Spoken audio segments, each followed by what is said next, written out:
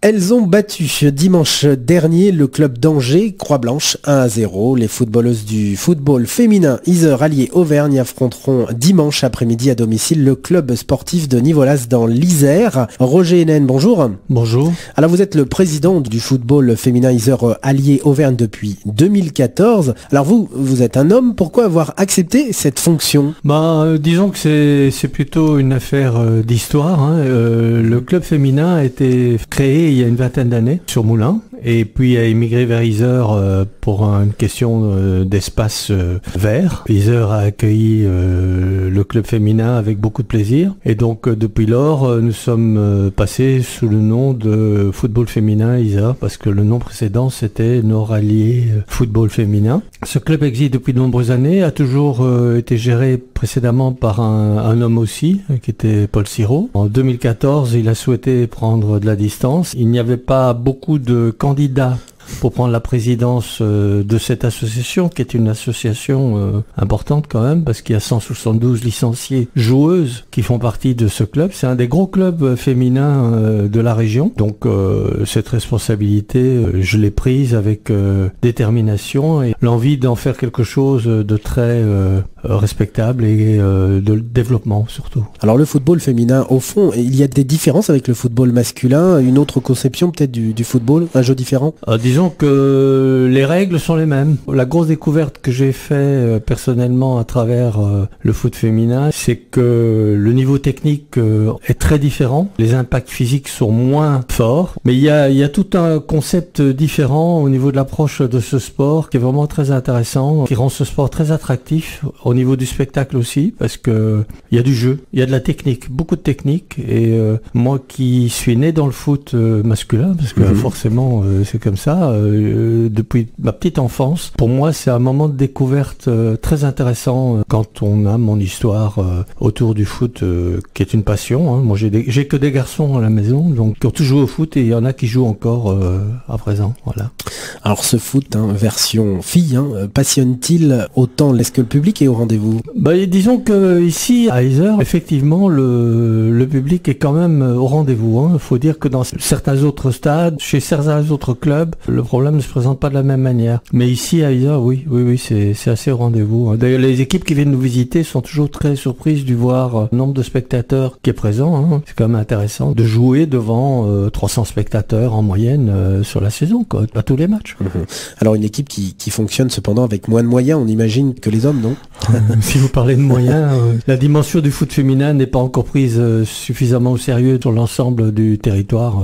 Disons, si on compare ça à d'autres pays comme... on est obligé de comparer ce qui se passe ailleurs. L'Allemagne, entre autres, où le foot féminin a toute sa place. Dans les pays nordiques, en général, c'est bien le cas. En Suède aussi, Danemark aussi. Mais chez nous, c'est pas encore le cas, quoi. Disons que le foot féminin qu'on considérait comme un... Alors, passez-moi l'expression, l'équipe de France, c'est top niveau, c'est au niveau monde, c'est une des équipes les plus reconnues.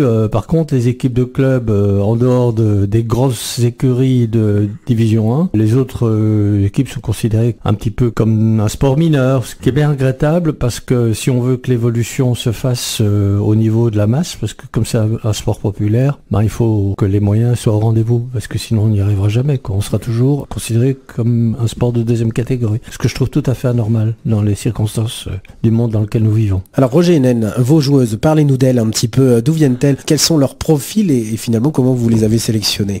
Écoutez, l'année dernière nous avons échappé de peu à la montée, puisque nous étions aux portes de la montée et il nous fallait 2 points pour le faire. On n'a pas réussi. Et donc cette année-ci, moi j'avais pronostiqué... il y a deux paramètres qui sont importants cette année-ci. C'est il faut finir dans les 6 premiers, parce que sinon, pour une des questions de refonte des championnats, il y avait 3 divisions 2, maintenant on passe à 2. Donc il y a un certain nombre d'équipes qui vont descendre, il y en a 6 qui vont descendre. Et donc on voulait au moins rester en division 2. C'est l'objectif numéro 1, il est là. Et il est toujours là d'ailleurs, même si aujourd'hui, nous sommes sommes en tête avec 2 points d'avance sur le second et je dirais 2 points de plus que l'année dernière à la même époque. Donc c'est assez curieux quand même de se retrouver dans ce bureau. Alors il y en a qui vont me dire que c'est le syndrome Giroud. Moi c'est pas ça du tout. C'est que je crois que on a affaire à une équipe de jeunes filles. La moyenne d'âge est très basse. Hein. On a quelques joueuses qui sont un peu plus âgées, mais le reste de l'équipe est très jeune. C'est vraiment très intéressant de voir qu'à 19 ans, les filles dame le pion à des joueuses confirmées. Donc c'est quand même que quelque part, la formation qui a été faite dans le club a été très bien faite par le passé. Signalons quand même qu'une de ces joueuses a eu le plaisir d'intégrer l'équipe de France dernièrement. Oui, alors c'est Cynthia Guéot, chez nous, qui joue depuis un certain nombre d'années. Chez nous, elle est considérée comme, entre guillemets, une ancienne, parce que les autres ont 19 ans. Donc, quand on a 23, 24, 25 ans, on est déjà considéré comme une ancienne. Elle fait partie de l'équipe de France militaire qui a été en finale des championnats du monde militaire. Elle a joué tous les matchs.